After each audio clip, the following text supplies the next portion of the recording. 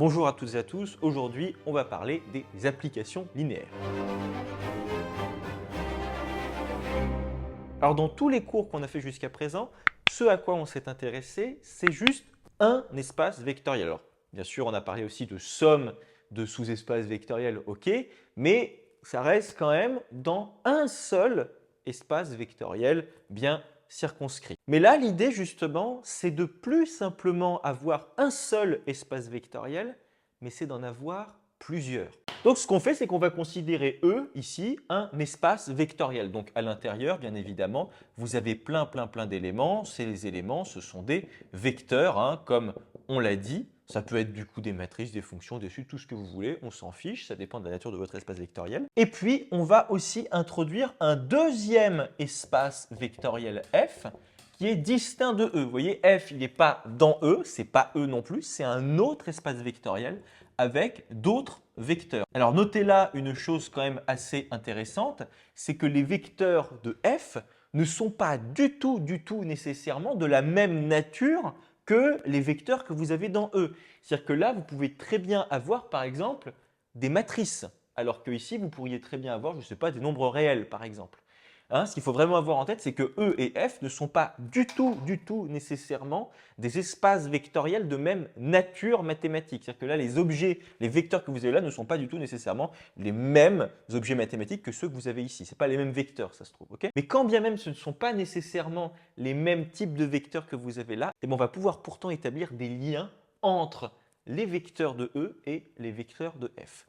Et ces liens, ce sont des applications et qu'on va définir comme des applications linéaires. Alors, avant d'introduire les applications linéaires, j'ai bien envie de vous faire sentir qu'on peut tout à fait associer un espace vectoriel avec un autre qui n'ont pas du tout les mêmes vecteurs en nature. C'est-à-dire que, imaginons que là, E, ce soit un espace vectoriel de matrice, ok, et que là, F, ce soit, je ne sais pas, imaginons des nombres réels, par exemple. Et imaginons que là, je crée une application F qui va de E dans F, ok, et donc ça veut dire qu'à tout élément E, là, d'ici, et ben, mon application F, elle va associer un élément, là, dans F. Donc si là, un élément quelconque de E, je l'appelle X, voilà, X, et que là, un élément quelconque de F, je sais pas, je l'appelle Y par exemple, et bien là, on va bien avoir du coup que F de X est égal à Y. En gros, F va transformer X en Y. D'ailleurs, je peux prolonger un petit peu ma flèche bleue, voilà, ça part d'ici et ça arrive jusque là. Donc là, c'est très proche de ce que vous voyez avec les fonctions par exemple, hein.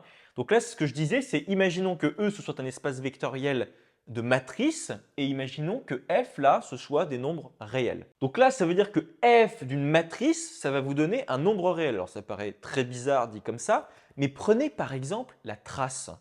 La trace d'une matrice, qu'est-ce que c'est? La trace d'une matrice, c'est la somme de tous ces coefficients diagonaux lorsque votre matrice est carrée. Okay, donc là, on va prendre des matrices qui sont carrées et on va dire que F ici, c'est l'application trace parce que c'est bien en fait un truc d'application là ce qui est en train de se passer. Parce que l'application trace, elle va bien de Mn de R dans R. À des matrices carrées, elle va associer un nombre réel. Là, l'application trace, c'est F. Okay, je prends à l'origine une matrice absolument quelconque, mais qui doit être carrée évidemment. Et l'application trace, ce qu'elle fait, c'est qu'elle va faire la somme des coefficients diagonaux qui sont dans la matrice que vous avez choisie. Et du coup, ça va vous rebalancer un nombre réel en sortie. Par exemple, si vous prenez A qui est la matrice qui est juste ici, on va dire du coup que c'est le vecteur X qui est là. Okay, et bien, si jamais je lui applique F qui est la fonction trace, okay, je fais trace de A, et bien, qu'est-ce que ça va me faire trace de A? C'est-à-dire en fait ici f de A, puisque f c'est la fonction trace, okay, l'application trace. Donc ça va me faire 3 plus 0 plus 7, ça va me faire 10. Okay, ça me fait 10. Et donc ça me fait bien y. Y c'est bien 10 qui est ici. C'est bien un nombre réel. Et donc ça c'est quand même un truc quand même joli. C'est-à-dire qu'on est capable, vous voyez avec cet exemple-là, bon mais il y en a plein d'autres, mais on peut tout à fait associer des vecteurs qui sont d'un espace vectoriel bien précis à des vecteurs d'un autre espace vectoriel qui sont d'une nature complètement différente. Là, vous voyez, on a des matrices. Je prends des matrices. On leur fait subir une application. Ici, f, j'ai pris l'exemple ici de trace. Bon, ok. Et ça vous rebalance ici, par exemple, un nombre réel. Donc là, je peux tout à fait avoir des matrices. Et là, je peux tout à fait avoir des nombres réels. Je n'ai pas du tout nécessairement la même nature de vecteurs ici et là. Ça, c'est quand même pour la première mise en garde, parce qu'il y a beaucoup d'étudiants, quelquefois, quand ils voient un espace vectoriel E, un espace vectoriel F mis côte à côte, ils s'imaginent de façon faussement intuitive que là et là, vous allez nécessairement avoir les mêmes types de vecteurs. Non, non, non, non, non. Et c'est ça toute la beauté, toute la richesse intrinsèque des espaces vectoriels. Quand on les met en relation avec des applications, c'est qu'en fait, ils n'ont pas du tout nécessairement les mêmes natures de vecteurs en eux. Voilà, ça c'était pour la petite mise en garde. Mais alors nous, on parle d'applications. Applications, bon, c'est bien gentil tout ça, mais on a quand même dit qu'on parlait d'applications linéaires. Et ça, les applications linéaires, ça pose quand même un terme en plus qu'il est très important, fondamental de définir. Qu'est-ce que c'est qu'une application linéaire? Alors, une application linéaire, là j'ai marqué AL, donc de E dans F.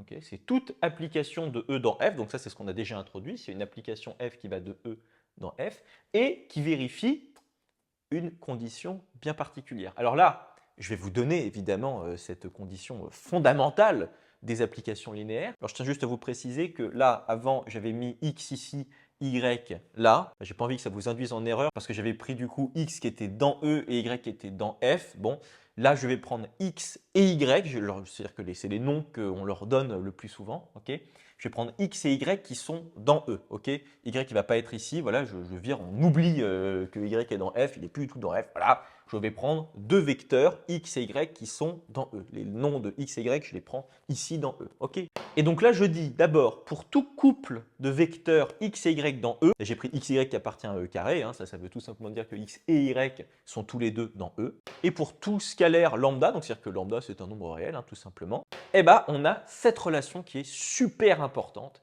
c'est que f de lambda x plus y, c'est lambda f de x plus f de y. Et c'est ça qui fait vraiment tout le caractère d'une application linéaire. C'est que f de lambda x plus y, ça fait lambda fois f de x plus f de y. C'est-à-dire que le lambda qui est ici, il était là. Le f, il va directement s'appliquer à x et il va aussi s'appliquer à y. Okay, alors là, visuellement avec les patates, comment est-ce que ça peut se représenter? Alors on se dit d'abord, on va prendre deux vecteurs x et y qui sont là-dedans. Donc x, je vais dire qu'il est juste ici. Y, je vais le prendre là, par exemple. Voilà. Et puis je vais prendre un scalaire lambda absolument quelconque. Donc lambda, il appartient à R. Il est totalement en dehors de E. Hein. C'est un scalaire, hein. Ce n'est pas du tout un vecteur. Donc voilà, je prends un scalaire lambda. Et puis, il se trouve que lambda x plus y, on sait par définition des espaces vectoriels, c'est une combinaison linéaire de x et y. Et on sait que c'est nécessairement dans E. On le sait, puisqu'un espace vectoriel, il est stable par combinaison linéaire. Donc ça veut dire que lambda x plus y, il est dans E, nécessairement. On va le mettre, par exemple, tiens, on va dire que c'est celui-là. On va dire que là, on a lambda x plus y. Et donc ce vecteur lambda x plus y, eh ben, je vais lui appliquer f. F de lambda x plus y, voilà.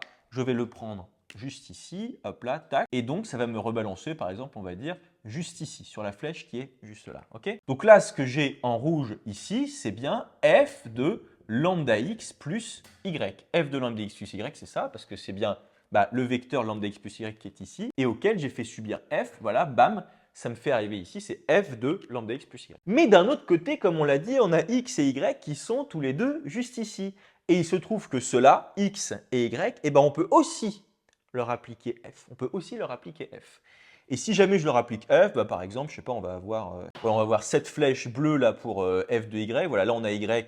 Donc ici, on va dire que là, la croix qui est ici, enfin ce vecteur qui est ici, du coup, c'est f de y. Ce qu'il faut bien avoir en tête, c'est que f de y qui est ici, hein, c'est un vecteur, hein, évidemment, de f. Donc là, on va avoir f de y. Et puis là, par exemple, deuxième flèche bleue, on part de x, on applique f à x, okay, et ça nous fait arriver sur le vecteur qui est ici, qui va être du coup f de x. Okay, donc là, vous avez f de y, là, vous avez f de x, okay, et là, vous avez f de lambda x plus y. Et là, ce qui est quand même extraordinaire, c'est que si jamais vous faites lambda f de x plus f de y, vous retombez sur f de lambda x plus y. C'est exactement ce qu'on a mis là.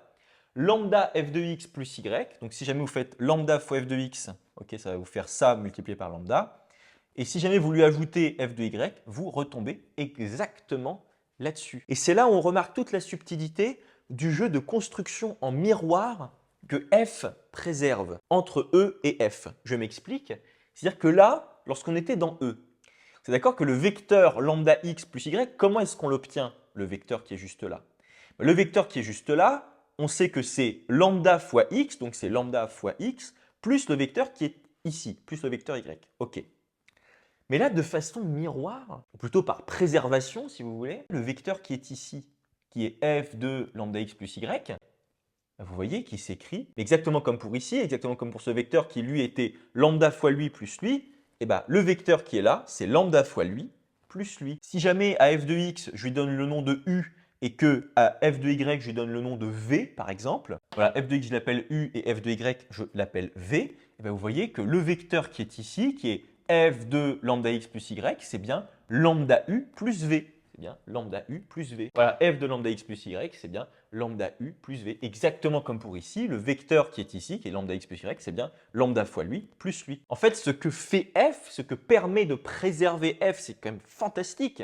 C'est vraiment magnifique là ce qu'on a. C'est-à-dire qu'en fait, le vecteur qui est ici, ok, on sait qu'il se construit comme lambda fois lui plus lui.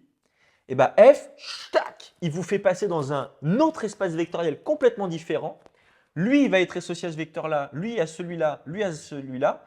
Et pourtant, eh ben, ce vecteur-là, qui est la transformation de celui-ci, eh ben, ça reste lambda fois lui, qui est la transformée de lui, plus le vecteur qui est lui, qui est la transformée par f de y.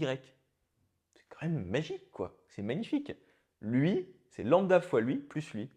Exactement comme ici, lui, c'était lambda fois lui plus lui. Voilà. C'est ça qu'il faut comprendre avec les applications linéaires. Et je vous conseille vraiment de retenir là ce petit schéma qui est juste ici et de bien avoir en tête tout ce qu'on a dit précédemment. C'est-à-dire que là, f, en fait, là, l'application f, évidemment, eh ben, elle préserve la construction de vos vecteurs par combinaison linéaire. C'est-à-dire que lui, là, le lambda x plus y qui est ici, c'est une combinaison linéaire de x et y, tac, et il vous transforme le truc. Là, bah, votre construction par combinaison linéaire, elle est préservée. Lui, c'est lambda fois lui plus lui. Et donc, ça donne la formule qui est juste ici. Il faut bien la connaître, celle-ci.